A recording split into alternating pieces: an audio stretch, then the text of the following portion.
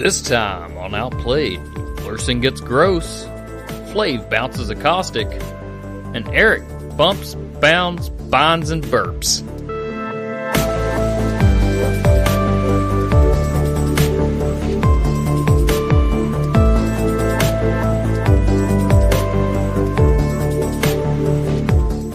Hey everybody, welcome back to another week of Outplayed. My name is Flave.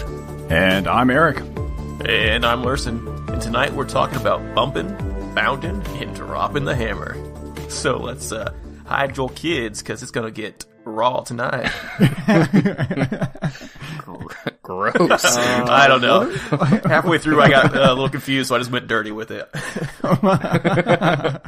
Right, so moving right along from this one, Respawn has sent out a Reddit post today. I guess, it was on May the 11th. Yeah, today, May the 11th. What do you know? Anyhow, on the post they said a bunch of stuff, and I know we don't usually do news and speculation and stuff, but there was a part of it that caught my eye.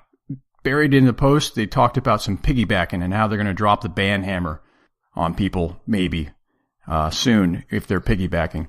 What do y'all think? So what do you mean by piggybacking? Well, I see. Because this hit me unawares. I had no clue this is a thing. Well, I didn't either. So I'll tell you what I'm going to do. I'm just going to read right from their post. So thank you to Reddit, and that'd be the Respawn actual account there. So all right, here we go.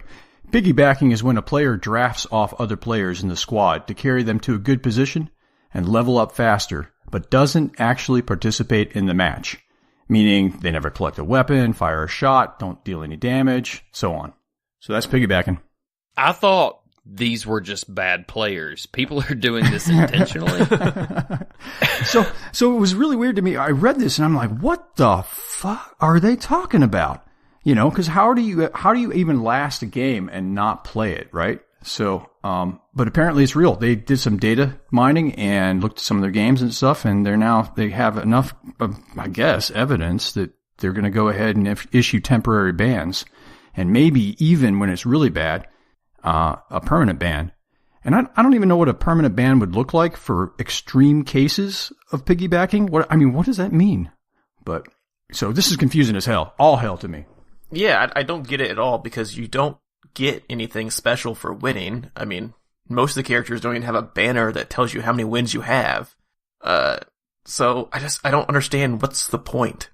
Well, the math doesn't work out, right? I mean, so say that you are in a group and you're banking on them to be able to drag your happy ass to a win, and, you know, but I mean, don't you get more points if you do damage and participate and actually play the game? And I don't understand, like, are you having fun just walking around? Like, why not try? I mean... Right.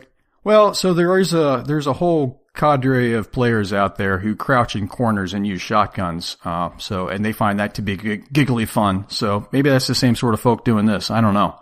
But this game, I find that not to be a good strategy. I even had a guy camping on top of a door, and he shotgunned me as I ran through, but it didn't do enough damage to put me down, and I just dropped him with the Prowler pretty quick, so it didn't work for him.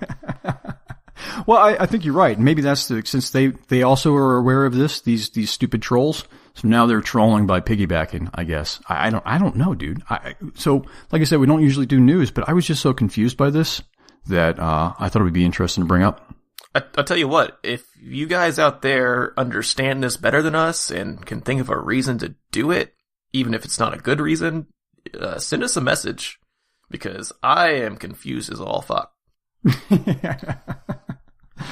Yeah. Just another reason my faith in humanity is low. Yeah.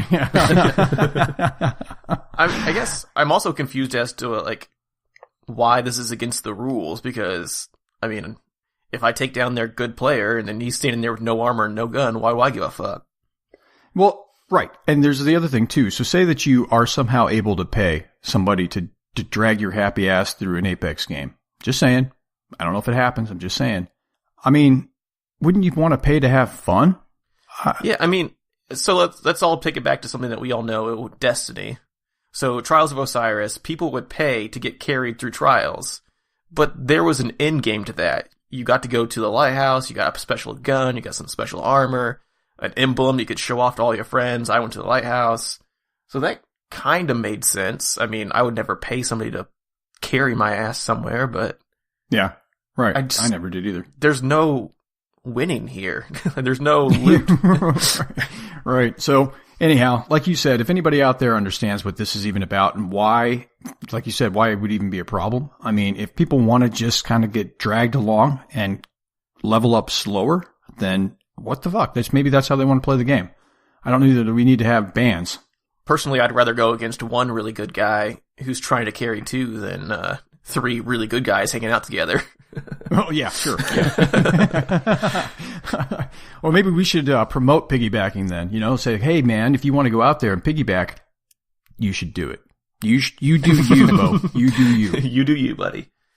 All right. Well, let's take our first break and hit that main topic. Actually, I'm going to stop you because I want to tell a story. So we'll back that up and I'll... Did you not just hear what I said? We're taking our first break. Oh, my God. So I actually want to tell a story before we go to our break. Lursen and I just played a game right before we started recording. And we had this caustic blueberry who dropped by himself. So me and Lursen do our thing. We're fighting. We end up wiping 3 squads by ourselves. Great game. What? We're killing it. Yeah. So he joins back up with us and we see a supply drop and he's there first and I'm playing Octane. And so Lursen says, throw your jump pad so this douchebag doesn't get our loot. and so I did. And I hit him with it and he flies off directly into another team. It goes down immediately. It's not exactly the outcome I was hoping for, but it serves him right. Oh no, man. It was one of the funnier moments I've had in this game. Oh, blueberry abuse. Why? I mean, had he landed... I mean, so we wiped 3 squads, and then he would run up to the boxes and just take the good loot. I mean, fuck that. So he was... Yeah, he didn't do anything the whole game. So he was piggybacking. He was still picking stuff up. Like... He was just, he was looting, and then we'd push into the next town, and then by the time we cleaned out that town, he'd be there, so we were moving on already. It's just, he was always too far behind to do anything. Well, I guess karma's a bitch, or, you know, Flave's a bitch. I don't know. Yeah.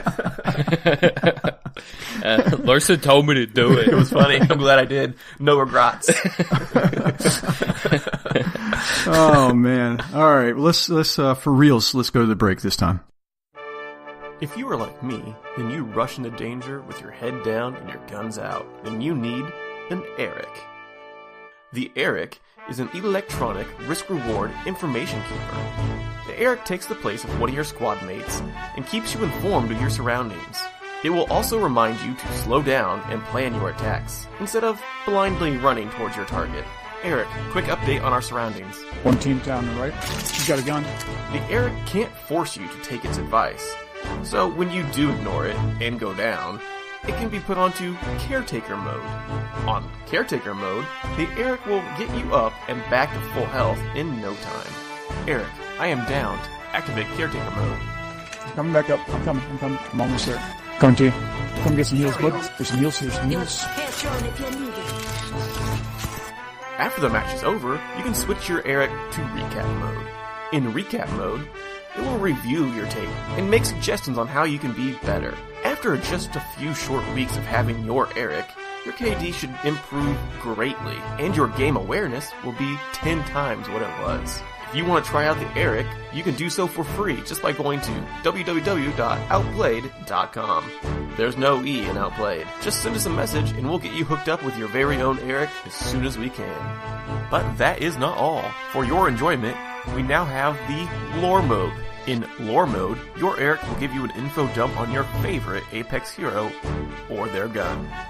Errik, tell me about the R99. The R-99 submachine gun, or R99, is an anti-personnel close-quarter rifle available to competitors in the Apex games.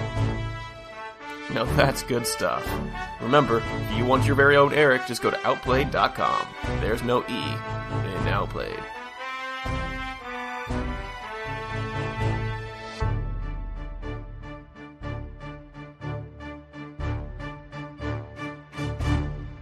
All right, welcome back. And so I guess you just heard the ad about the Errik. So today it's going to be one of them episodes too.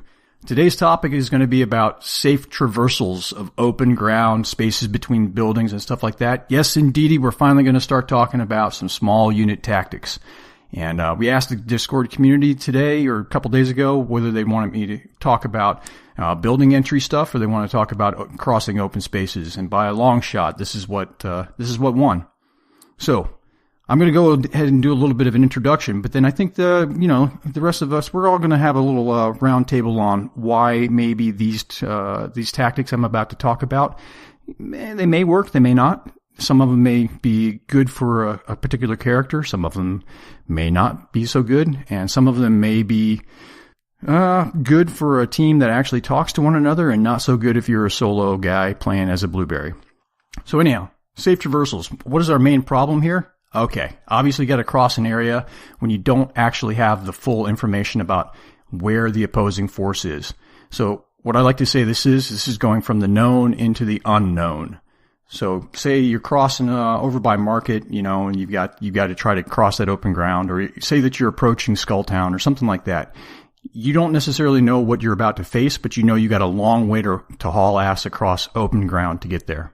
So your main strategy for doing this, you got to provide protection for your teammate who's crossing at an open stretch. Right? So you do that by either scanning for targets, or if you are engaged immediately, you're going to provide the suppressing fire, or you're going to engage those targets while your teammate actually moves to a safer patch of ground. And immediately I think of Wraith here. Bingo. So she starts a portal, she's running across the open ground while the other two are waiting at the portal. So you're going to be scanning, if somebody starts firing at her, you're the one who's going to be giving her protection until she can drop the other end of that portal. It's Exactly. probably because I've been maining him, but I also think of Pathfinder. We've been having some luck with shooting his grapple, and then two people are suppressive firing, and then he jumps on the grapple to give him safe cover, because if you're coming up on a team on not a grapple, a zip line. So he's coming up the zip line. If you look directly down a zip line, you can just mow people down. But if the other team, or if your teammates are giving you cover fire, you can get to the top of the zip line and then cover them as they come up. Actually, that reminds me of a game that I was playing with. I think it was Metal. And we were going up a zip line, and they saw him. He went first, and I was coming up behind him, about maybe 5 meters behind him or something like that. So he was going up, and he passed by, and then there was, unknown to us, there was a team down low. We were going up to Treehouse. There was a team down low. And then there was just like a fireworks display of crossing fire in front of me. And I flew through this crossing fire and, of course, croaked immediately. So yeah, providing cover fire while you use the zip line is it's pretty effective. Yeah, absolutely. So today we're going to talk about two methods for actually providing protection and moving a squad across open ground like that. It's going to be a little bit of story time. Usually when I get to talk about stuff like this, I get to use visual things. So I'm going to try to tell enough of a story that you guys are going to understand what the hell I'm talking about. And, hopefully we'll get there. All right. So there are two methods for taking a small team across open patches of ground or across, spaces between buildings. They're called bumping and bounding. Both are really effective for crossing these open patches of ground, but bounding, it may require, as you're about to see, a lot more trust between teammates, and bumping is pretty good for people who may not be as tactically aware. So let's talk about them first. What the hell do I mean by bumping? All right, I'm going to talk about in terms of number 1 and number 2, and we'll just deal with a 2-person squad at this point. All right. So bumping means basically you're going to be, if you're the number 2 person, you're going to move up to where the number 1 person is, and then the number 1 person is going to move on. So I'll tell you how this goes. All right. So if you're number 1 moves up to the observation point where you're in cover. So either you're at a building corner, or you're at a ravine wall, you're behind a tree, you're behind a rock, you're something like that. In any case, you've got cover. Bullets are not going to come through, and you're able to scan the area ahead of you. So that's your next step. As soon as you get to the observation point, you're going to scan the area, right? Including to where you are going to go next. Once you're pretty certain that the area is safe, there's no incoming fire, you signal for number 2 to come to your position. Number 2 gets up to where you are, taps you on the shoulder technically, but in this case probably pings or says something over the mic and says, "Hey, I'm ready," right? And then number 2 starts scanning the area.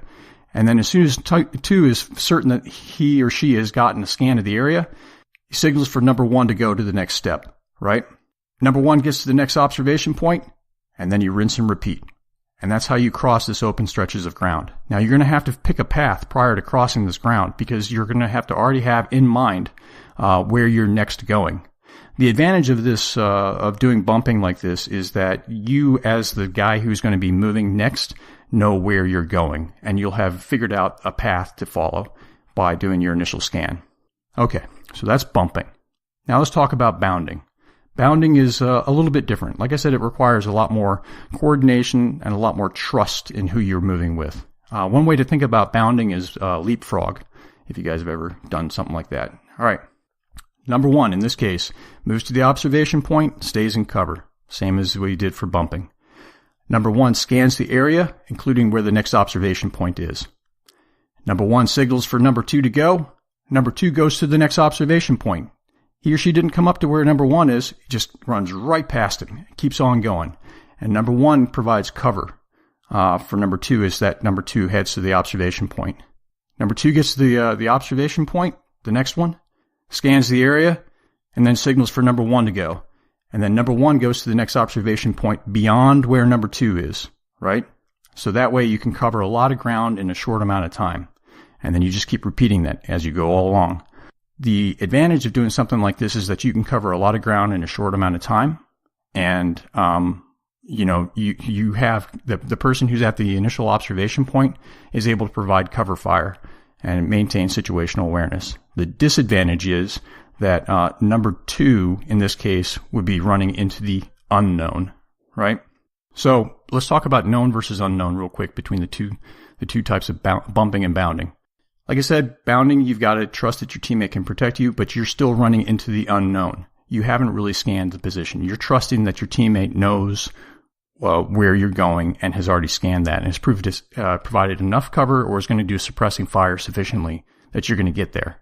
Bumping, on the other hand, you are essentially providing your own intel. You're running into the known because you've already scanned. But the unfortunate part of this is that for your teammate, you're running from the known to the unknown because they've just gotten to where you are and they have to quickly come up to speed with what the area looks like in front of them. So it can be a little rough on your teammate. So that's why, for my part, I prefer bounding, only because I've got a good squad and we trust each other. Aw, thanks. All right, so the final point on this is that bounding is a hell of a lot more fluid, it's a lot more coordinated, it allows for quick pushes. Every teammate has a similar roller capability. That's when it's really good because it doesn't really matter. Because if you notice, effectively, if you're leapfrogging or bounding like that, the number 1 position or the person who's going to first get to the point changes with every single person. Somebody is a new number 1 every time, if you think about it that way, right? Yeah, so it'd be good to have your number 1 as the guy who's better at close quarters, and then your number 2, probably a longer range gun so that he can provide better cover. Yeah, it's good. But the problem with bounding is that in that case, you'd have to time it out, right? So that the person who's going to be in the close quarter situation may be the third person to go, or, they're going to be the one that arrives at the building first. So yeah, I was talking about, bumping. Bumping. Right. Your number 1 should have the close range because he's never going to get passed by number 2. Yep. Yeah, exactly. The nice thing about the bumping one is that you have, everybody has a role and they keep that role throughout the entire movement, right? Number 1 remains number 1. Number 2 remains number 2. Number 3 remains so on and so on and so on.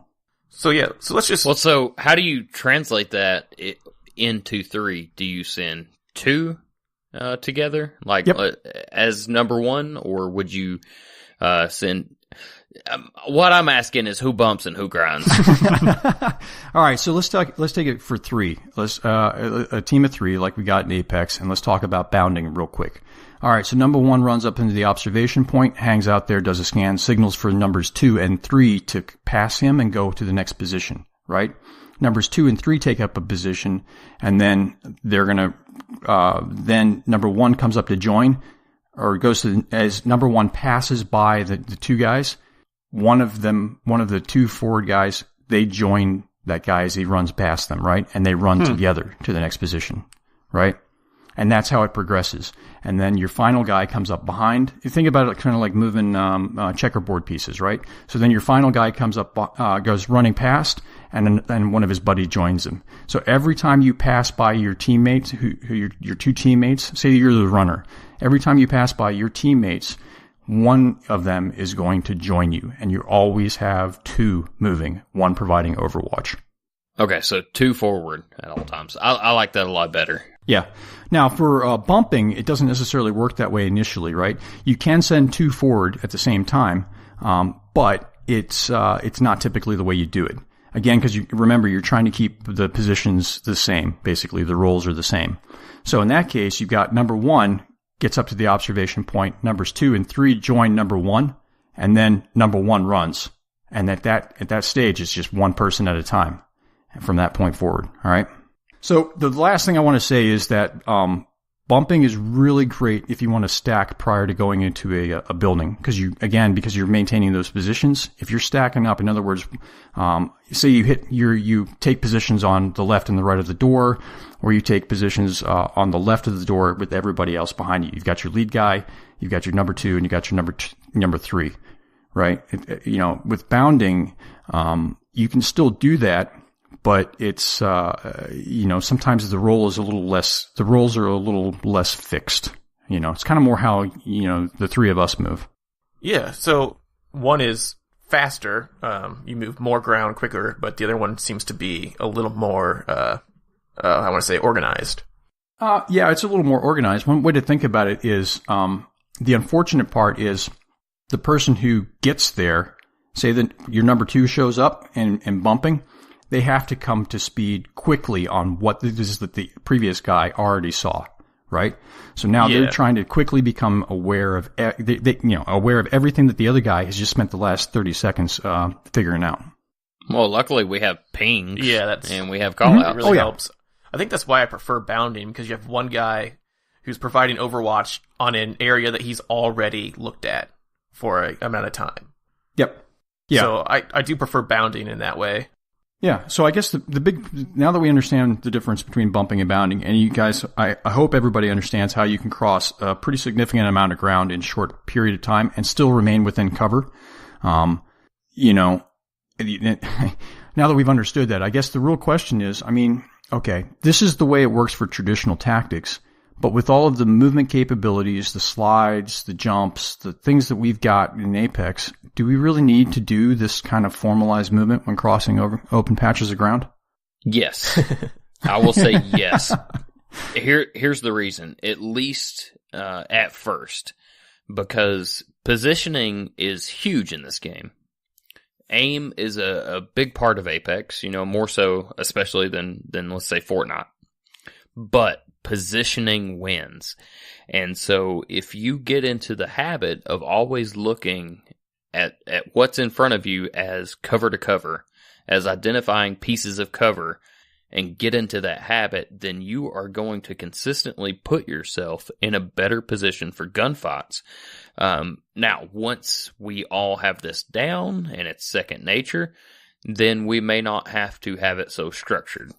Yeah, I'm thinking more not quite so static as always going to the exact same spot. Like, if you have a Pathfinder, he goes up on top of a rock and provides overwatch until you get to a good place to cover, then he joins you.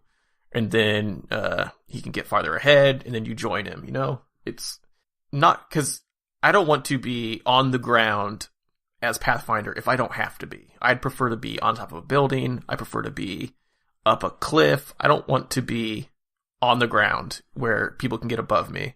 But other characters can't get to where I am all the time. So it'd be kind of nice to have a situation where I can go where I want to go, provide enough overwatch, and then join you guys when I can. Yeah, well, I think that one of the ways to help this conversation would be to think about it from the position of your opponent, right? what does it look like when they're looking across at you as you're crossing, right? There's some advantages and some disadvantages of each. But how many times have we been playing a game and you can just pretty much count, well, there goes one guy up the zip. Okay, the other two are coming. Oh, there they go. All three of them right in a little happy row. All right, now we know where they all are. Or they're running down a hill and everybody, you're like, 1, 2, 3, there they all are. Let's go. Mm-hmm. You know, when you're doing a bumping, position, you know, when somebody's watching you and you're bumping, if they've located you, they know, then they see the teammate run up to you. Now they got both of you in one spot.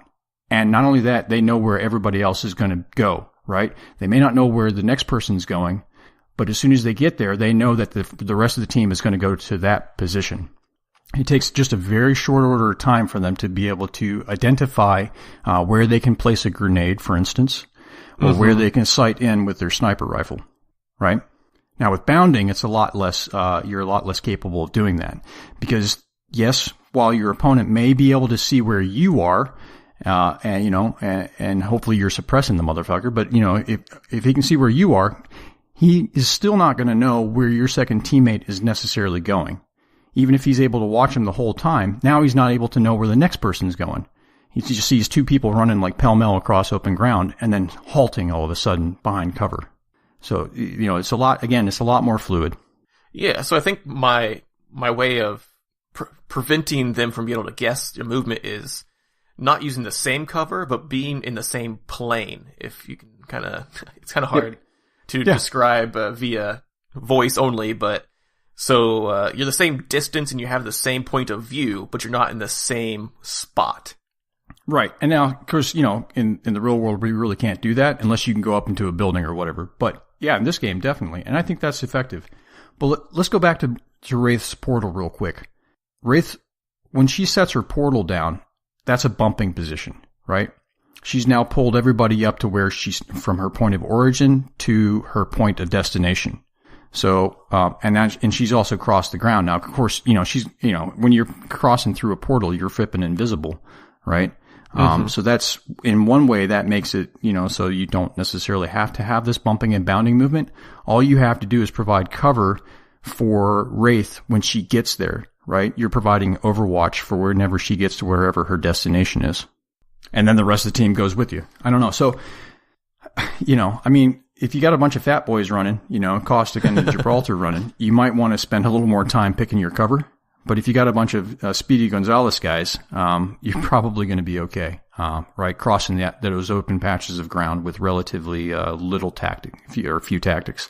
Yeah, so we're not saying that this is going to be the be-all, end-all. This is just one of the ways to get across a big open spot or through a town without getting sniped or jumped on. Yeah, so let's think about it in the kind of more of an urban environment. Say that you're down in slums, right? And you got to cross from one building to the next building, across one of the alleyways or streets or what have you, right? Or say you got to cross over the pipe that's there in the center.